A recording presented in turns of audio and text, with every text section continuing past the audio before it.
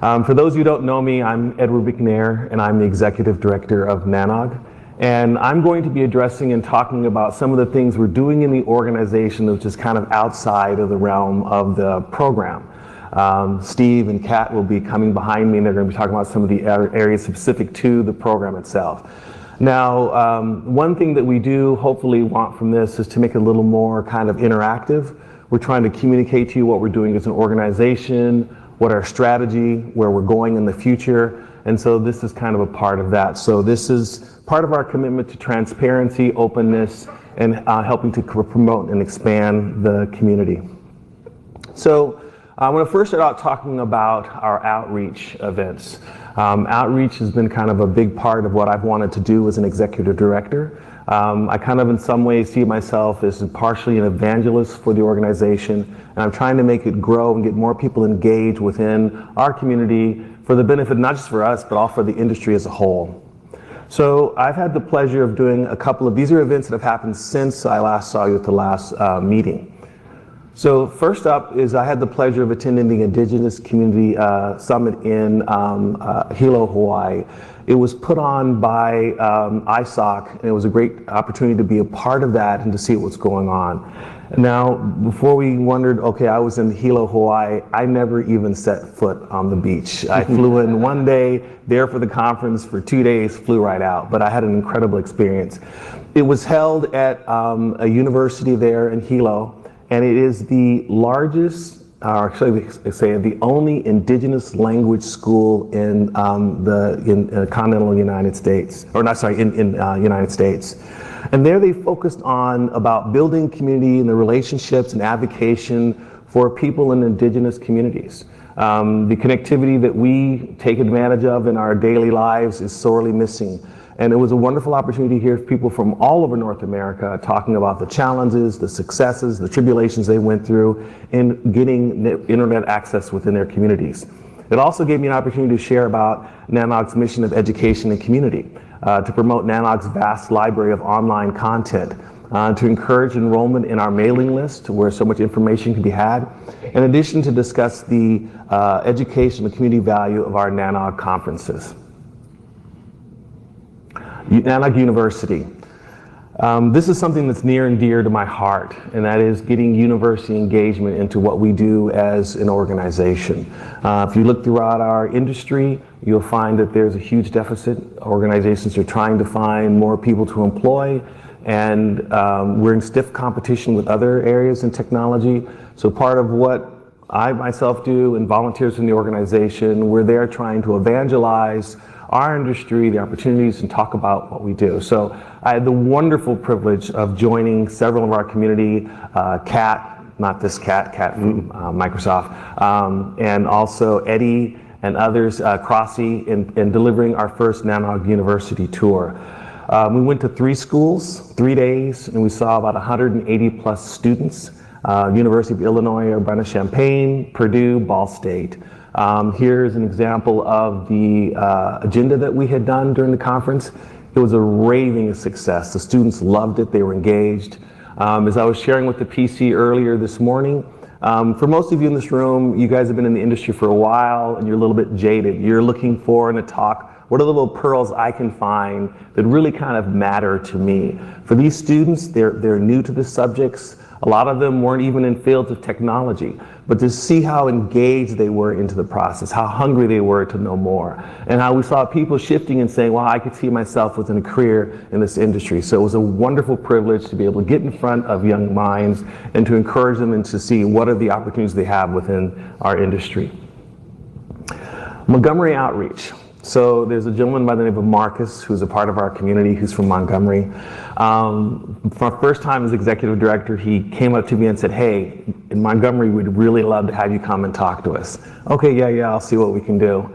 Pass it on the program committee. He kept going. It kept going and kept going. So I said, finally, I will go, I'll come and see. It was one of the best experiences of my life. I had a blast. They were very welcoming. They had me on a schedule. I would start at 7:30 in the morning and they had me going till 9 o'clock at night. I was at Air Force bases. I was talking to Alabama State University students. It was just an amazing experience. So here's just kind of just the things that I was able to expose. Talk about NANOG, our message. Talk about career opportunities to young people. It was an amazing experience, and I really hope that for any of you out there who want NANOG to come to your community, please reach out to me or others on the PC. We want to be able to empower and educate your communities about what NANOG does, who NANOG is, and how we can benefit their communities.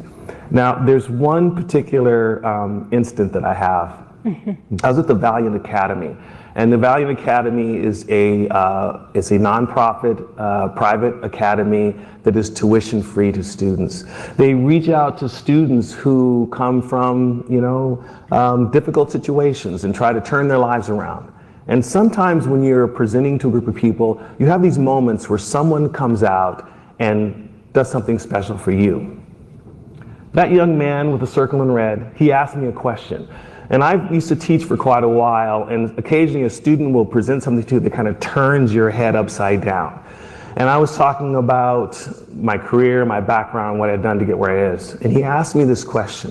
He said, so how do you do it? When you do something that's really, really hard, what do you do to get past it? And I paused for a moment and I said, sometimes failure is not an option. Sometimes it's hours, time, commitment. Sometimes you don't sleep. And I think we all have faced that in our lives to get where we are now. That we face these challenges and we just didn't relinquish, we didn't give up. And it was a great opportunity to be able to share about my life and my experience. And hopefully that you, some of the volunteers here, get a chance to do the same. So we're looking to people to become a part of this community, to help out with our outreach, to broaden the message of NANOG. And having the opportunity to do that is really special when you can give back. Future outreach events. So we're going to St. Louis. We're going to be there March 27th. Here's where we're going to be. This is an outreach meeting. We'll call this a professional outreach. So if you know people in the area that you can kind of drive to come to this event, we'd appreciate that. If you are willing to volunteer and help commit and present at this outreach event, we'd love to hear from you. If you ever want to talk to me, go to our contact page. There's a little drop down on there. You can say as executive directors, you can always send me an email. I answer them all. I read them all. So please, anything you want to share, I'm there to listen. Building community. So talk about a few things that are community-based. First thing that I want to talk about is membership. So I've been pitching you guys, let's come on, become a part, become members. Also, we add some changes to our form, and I'm happy to say that our membership has jumped up now to 800 people we have as members. And I'm hoping to see that number grow. More than just making that number grow, I want to see more members, but I want to see more engagement and I want to see more involvement. So NANOG wants you. So what we're looking for is for you to become members. We want you to be able to vote, because it helps direct and guide where we're going as an organization. Mentor the next generation of network professionals. Teach. The best way to reinforce anything that you know is to teach someone else. Present, share your knowledge and experience with others. Evaluate, serve on the program committee, and sponsor. NANOG is an organization, we depend upon sponsorship to do all the things that you do. The dollars that come from your joining and becoming a member, the sponsorship, all go into helping us do those programs outside of the meeting and in the meeting that allowed us to reach out and expand our community and help to shape the world around us. We're going to be releasing an annual report, part of our commitment to transparency and openness within our organization. The staff and I have worked toward building out an annual report. Right now it's in draft mode. You can expect to see it probably in the next several weeks. It'll be out on our website. We'll promote it on our mailing list, social media, etc. This is just an opportunity to share with what we're doing as an organization, the financial health of the organization, what we've accomplished across the year in 2019. And we'll be continuing to do these each year. Meeting budget survey. Costs associated with these events are rising. We're seeking options to kind of manage those things, still be able to deliver you a great experience. And sometimes we're challenged with what things should we keep, what things should we add, what things should we remove. And so we'll be releasing a survey soon. Please support our community and our org by filling out the survey and giving us your feedback. We value it, it's very important. We are a community organization, and we function best when all members of our community are engaged and involved in what we're doing. Subscribe to our newsletter. We have staff, Brandy and Lee in particular, who are working very hard to make sure that we have NANOG originated content that is on our website and promoted on YouTube, et cetera. When we did our university tour, we interviewed students, and there's some great videos on there. Articles that are written by people in the community about the direction we're going and what's happening. So please subscribe to our newsletter. If you go into the bottom of our website on any page, you can find a link to that so you can subscribe to see what we're doing in our organization. There's some really great content that goes in there. So in December, late December, the board and I went through a series of exercises and planning to kind of shape the way NANOG is going into the future. So we're looking at kind of a strategic advancement for the organization. So in that session, we covered the questions of what is NANOG? What should NANOG be? What are NANOG's most urgent needs? Where should NANOG be in 3 years, and also a SWOT analysis. Now, by putting this all together, the board came out with what we call a strategic guidance. Now, again, this is not a strategic plan, it's a strategic guidance. We're going to be using this guidance to actually create and build out a strategic plan that will push our organization forward for the next 3 years. So here are the areas where the board saw significance important that we as an organization should focus on. Education, enhancing community online collaboration, strategic outreach, mentorship, improved community building, and facilitating business engagement.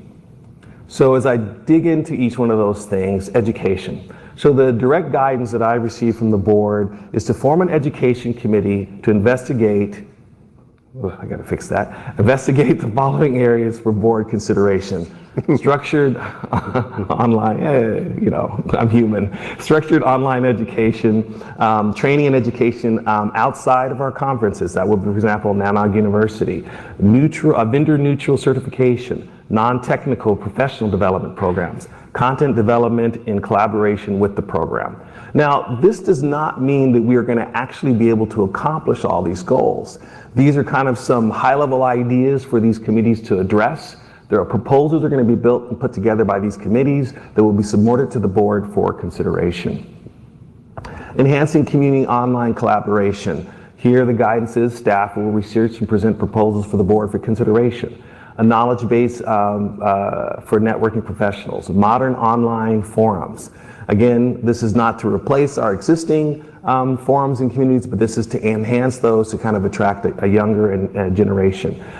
Improve online presence to reach new participants. Better integration with existing social media platforms. Better tools to support meeting attendees. Improve mobile accessibility of current tools. Strategic outreach. Again, staff guidance here. Encourage more young people to participate in the industry. Help develop the next generation of networking professionals and leaders. Reduce attendance barriers for junior engineers and students. Advance diversity in networking community. Expand outside traditional operators, and develop programs to support veterans. Mentorship. We're going to form a mentorship committee, and that committee will go about focusing on how can we mentor the next generation of networking professionals. Mentorship programs and training to support the next generation professionals, a membership portal for continued support and engagement. Mentors and mentees will meet face-to-face each meeting. Mentor sessions will be facilitated and topic-based. Develop mentorship guidelines for and code of conduct, and create training programs for mentors to assure consistency and experience across all of our engagement. Improve community building. Again, staff guidance here. Explore the support for parents and children at meetings. Build smaller community based on affinities and specialties. Create monthly webinar to encourage continued participation. Reach out to local NOGs to recruit speakers for upcoming meetings in their vicinity, and systems for tracking community requests. And last is facilitating business engagement. Business engagement has always been a part of these meetings, and it's actually grown in scope. The board recognizes that, and we're looking at ways to make it easier to do business. Some people come here specifically to be in this room and listen to the content. Others are here to make connections and develop business contacts and facilitate business arrangements, and we're committed to making that easier for our attendees. So we're looking at trying to get more private meeting space, online room reservation systems, easy scheduling systems, survey sponsors for input on updating their sponsorship offerings, research what would generate greater participation from current and potential sponsors. So these are just the few of the things that we're looking at. Again, this is all about guidance. We're between staff and committees, we'll be building this out and finding ways to better serve our community. So that being said, if you have any comments or feedback to any of this, anything that you want us to look at and address that we haven't, please communicate to us so we can kind of add that to the field of things that we're looking at as we hope to make our community even stronger and better. So here's our timeline. So we're looking at all of the charters to be submitted to the board between now and the next meeting. The next meeting, the requested staff proposals will be submitted to the board. The mentorship education committee and members will be selected. Then we'll look at outreach proposals that are happening in NANOG 80. The board will take at an offsite all these directives of information and come up with, here's what we're going to do, here's a plan, here's what we're going to budget toward that. Once we got the green light, we'll start working on the online things, and then by NANOG 81, we will announce all the programs and hoping to see everything happen in NANOG 82. All right. In memoriam, as Steve had expressed earlier in the meeting, we lost a significant member of our community. And as part of the people who have started NANOG and made it what it is, we're at that point where we're tipping. This is going to become more and more a frequent thing that's going to happen within our organization. And we always want to pay homage to those who've gotten us to where we are. So on our website, we're going to be creating a page that's going to be devoted to those people within our community who have passed and who are no longer with us. So if you have anyone who's already passed, anyone who passed in the future, please go onto our website, submit it to myself or to the board, and we will make sure that they are properly honored on our website. Now we're on to the program. Thank you. Thank you, Edward. So I'm Steve Feldman, representing Kat and I representing the program committee. I'll briefly go over our structure. I know we talked about it in a lot more detail at the last meeting, so there's no point repeating too much. We have a chair, Vince Lindrow, who is working on something. He leads all of the program committee meetings and basically drives the entire process. I'm the vice chair, so my job is to stand up here when Vince is busy and help him out. And Kat is our secretary, who is responsible for a lot of things, but primarily making sure that there are things up on the screen to display that come from the presentations that you all submit. So I'm going to talk a little bit about some of the enhancements. Oh, hi, Tigger. Some of the enhancements that we've been making to streamline the process and make things better for you guys, the speakers and the attendees. The question that I have been asked forever since I started working on NANOG is, why can't the agenda come out sooner? So we're working on exactly that right now. We have a couple of initiatives. The biggest one being what we're calling a continual call for presentations, where you no longer have to wait until this meeting is over before you can submit a talk for the next one. In fact, at this point, if you go into the program committee tool, you can, or submission tool, you can submit as far out as NANOG 80 right now. And we'll keep rolling that out so you can do at least 2 meetings in advance from now on. So that means that we can start the whole review cycle earlier, means we can accept talks earlier, and we can get the at least partial agendas out earlier, and hopefully make the whole process smoother and improve the quality of our content as a nice byproduct of that. There are some enhancements to the tool that make this a lot easier, like the ability to, as I said, submit for future NANOGs.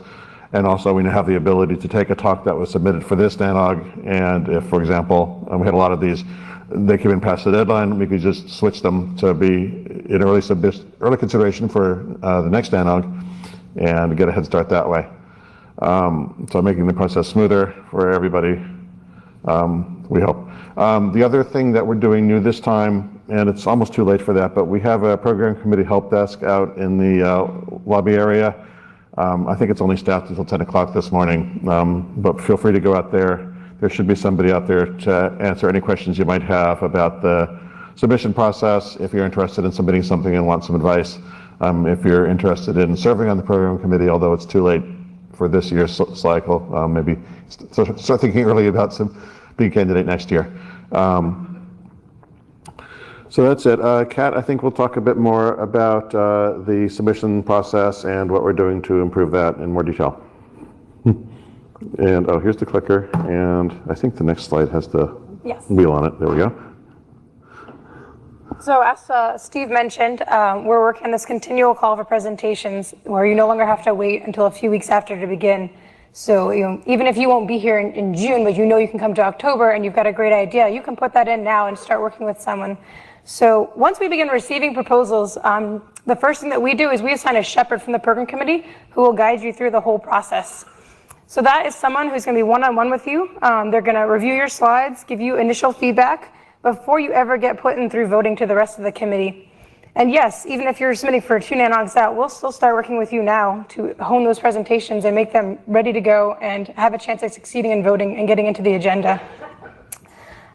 So once you've got your presentation in, we've given you a shepherd, the sooner you get us slides, the easier it is for us to help you and get you prepared. And also the earlier we can vote once you are finalized with those slides through your shepherds. So the earlier we vote, the earlier the chances of you getting on said agenda. So it's always good for us to have your slides early, basically, and that's why we wanted to open up the call for presentations continually instead of having to wait, because we can really help you guys prepare. That's also why we do the program committee help desk now, because we want to be there for all the questions you guys have and be more forefront in that vision.